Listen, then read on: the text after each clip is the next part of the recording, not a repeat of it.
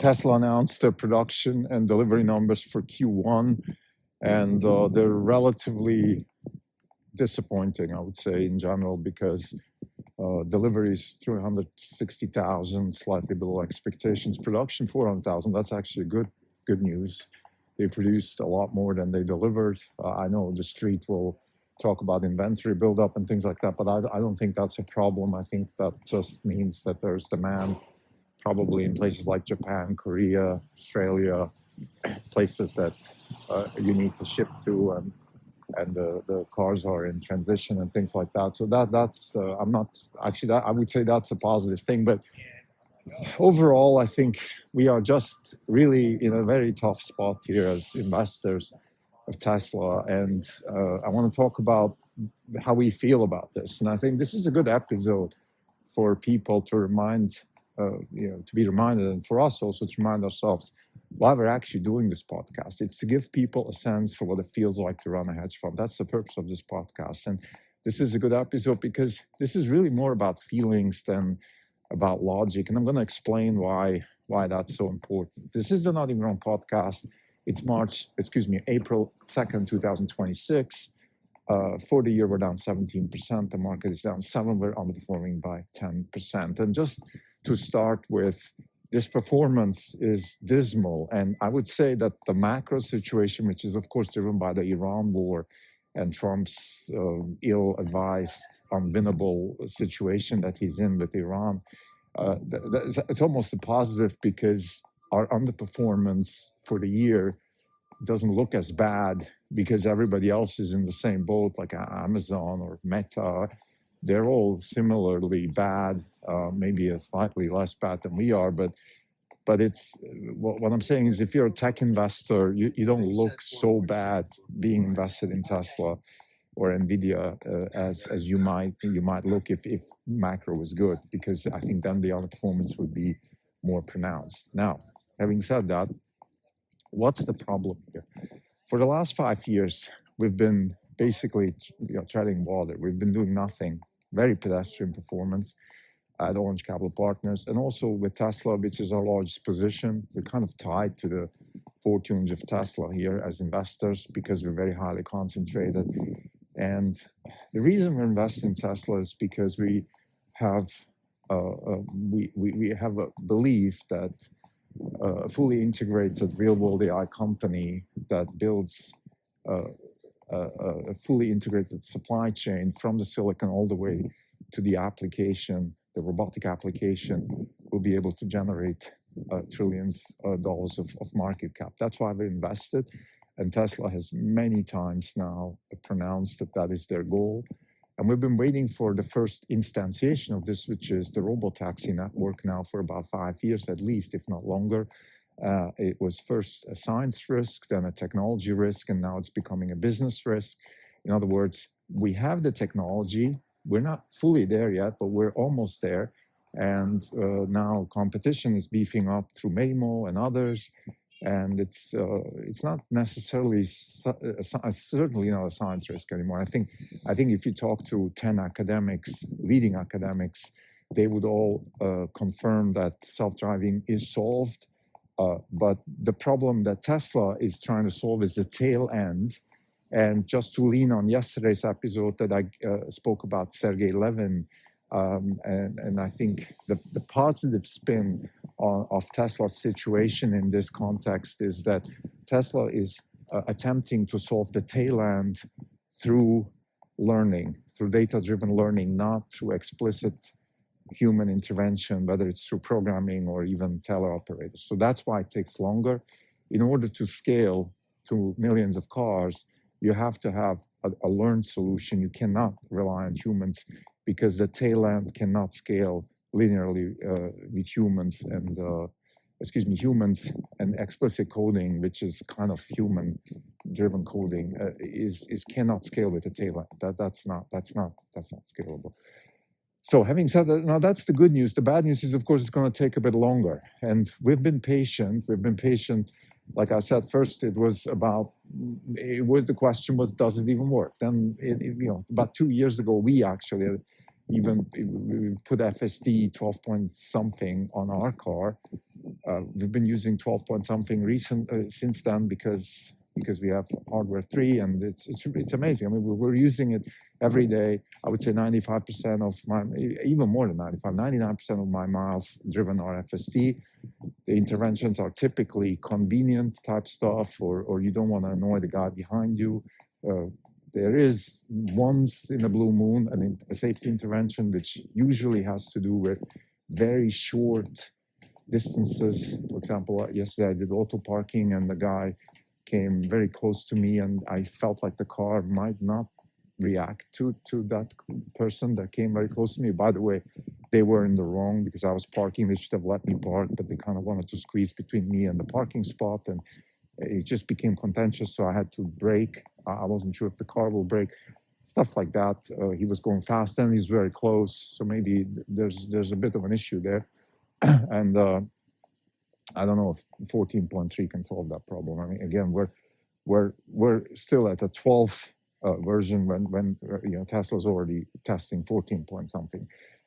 In other words, the FSD is solved, but we're still waiting, and that is very frustrating because the stock is sitting there and not moving, because the fundamentals of the actual business, the business that is driving cash flows and earnings and sales and all that, is not doing well. It's not doing well. There's no other way to say it.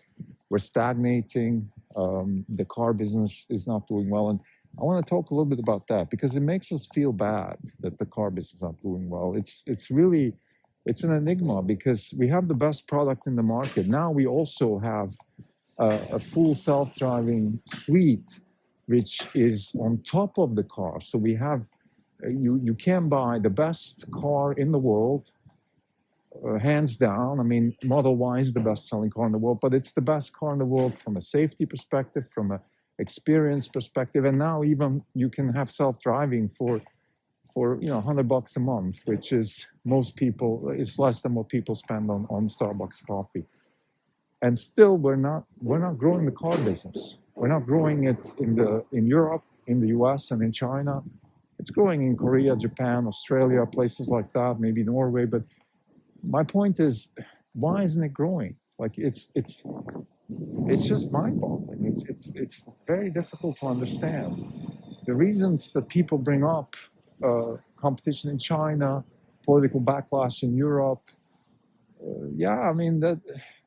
But since when do people care about either of those things when you have the best product in the market? I mean, look at Apple. Like Apple has to deal with the same issues and they're fine. I mean, why is Tesla not, particularly with FSD? It's mind-boggling. It's just very difficult to understand. It makes us feel uneasy about our investment because when we don't understand something, like it's much more scary not to understand a certain situation than to understand it and be, and not do well and say, okay, this is why we're not doing well. Like so that feels uneasy, and we've been sitting like I said, we've been sitting on this investment now for years, waiting and waiting. And yes, maybe this is the month, maybe next month, maybe in a quarter, maybe two. It's just becoming like difficult. Like there's inertia. There is this feeling like, what am I even doing here? Like, why am I doing this now? Our solution to these questions is, keep working like the Venn diagram, science, technology, entrepreneurship. Work on those three vectors. Like what's going on in science, like yesterday's episode with Sergey Levin's interview, I think was a good example. Like that's a good signal of what's going on in science, technology, what's happening with the Terafab, what's happening with Cybercab, what's happening with robotaxi, whether you watch John Tegmeyer's videos in Giga, Texas, or you look at Ashok's presentations, or whatever is available in terms of technology, what NVIDIA is doing with GTC, that's more tech, that's science. And then the business side of things, that's where the rubber meets the road. For example, like how are they monetizing robotaxi, Cybercab, FSD, and how is this business expected to grow? How are they competing with Waymo? What are the levers they can pull? All those things are important, and that's what we're doing. And that we keep working on this, hoping that the business and the stock will catch up. And that's not happening right now, and that's the frustration. And I think as a fund manager, you have to ask yourself, okay, look, where am I wrong here? Like, and like I said, for now, you can even actually say, look, given the bad macro situation, we're not that wrong on the investment, right? Had we sold Tesla and bought other stocks like Nvidia or Microsoft or something like that, it would be the same. The only place where we're wrong is we missed out on energy and memory. That's where we missed out, like buying something like GE Vernova or Siemens Energy would have given us a lot more upside. And then buying SanDisk or Micron, particularly SanDisk, like flash memory, that's through the roof. So we missed that one. We missed that one. We should have actually been able to invest in that. This is not something, sometimes you miss out on stocks. I don't know, let's say there is OpenAI might have been an investment we could have made, but we would never invest in a company like OpenAI because the management is crooked there. So we don't consider that a miss, even if it makes money. Anthropic, same thing. We would never invest in a company like Anthropic because they are, for lack of better words, Orwellian and really not good. They're a very dangerous company for society. Like even if you can make money with something like that, you don't want to be invested in a company that uses regulatory capture and censorship and has a woke mindset and is trying to proliferate that woke mindset through society. Like you don't want to be involved in something like that. So what we mean is like we could have bought SanDisk, Micron, GE Vernova. So we missed out on that. And the reason that's a miss because we understand why they're up. We understand what's going on. Energy is the moment Jensen Huang started talking about gigawatt versus flops. That was the moment you should have bought immediately all these Howmet Aerospace, for example, which makes the blades for turbines. Even companies like Cummins or Caterpillar, which do energy products, stationary energy products, things like that.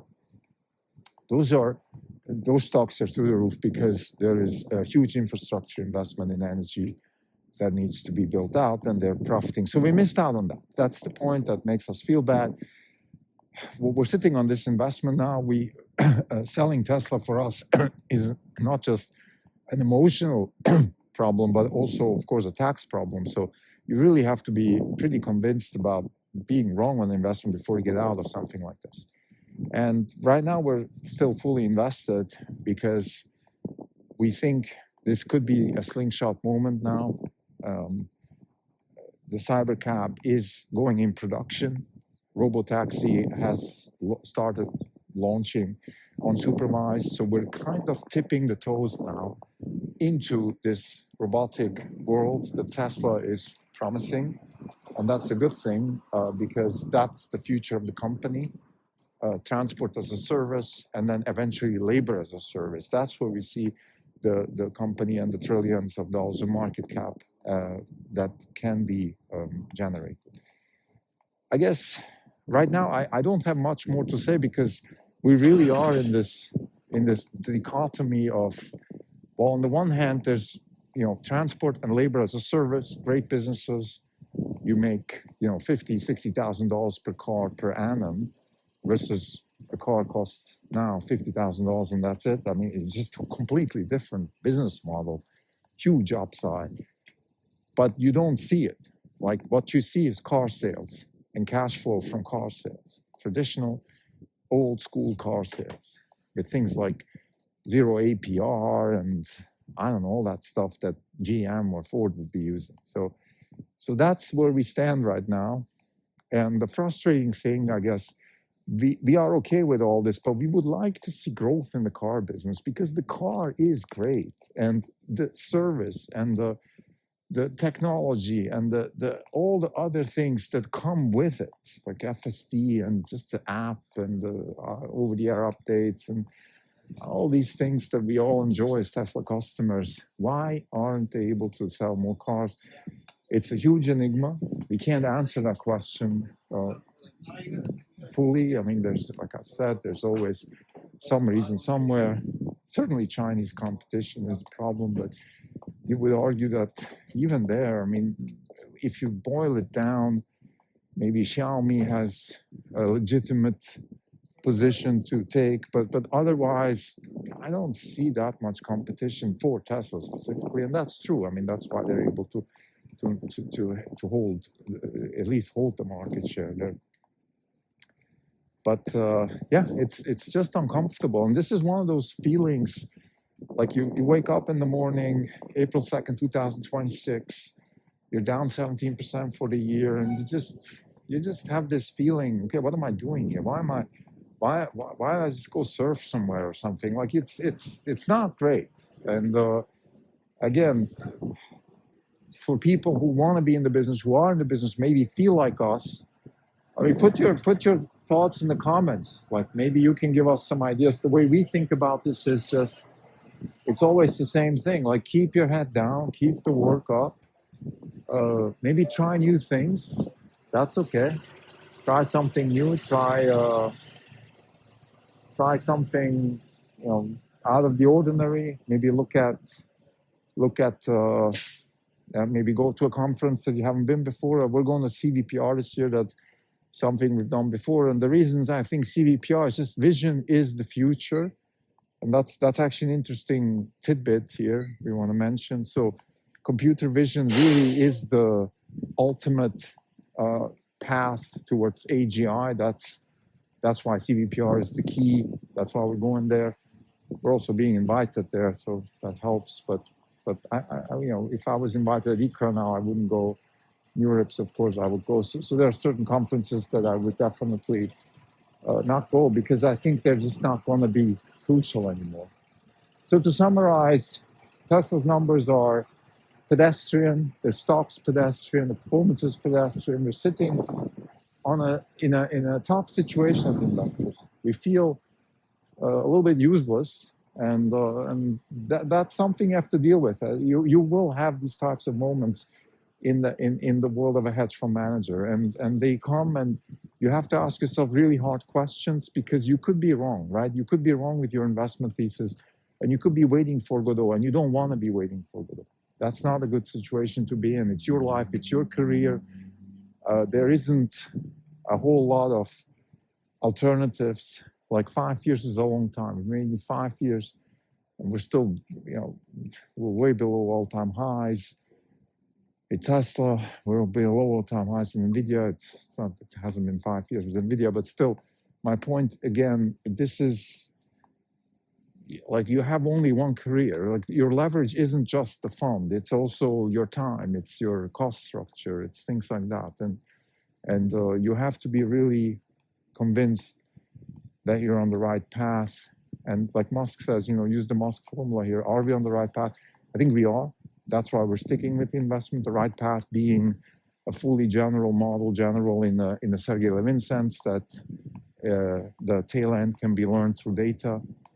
That the problems that Tesla wants to solve with AI are conducive to learning from data. That's very important because that's the Moravec paradox. It's not difficult versus hard. It's which problems can be solved through learning with data, and how can you solve them through learning with data? Those are the questions, and the problems that Tesla is tackling are solvable through learning with data.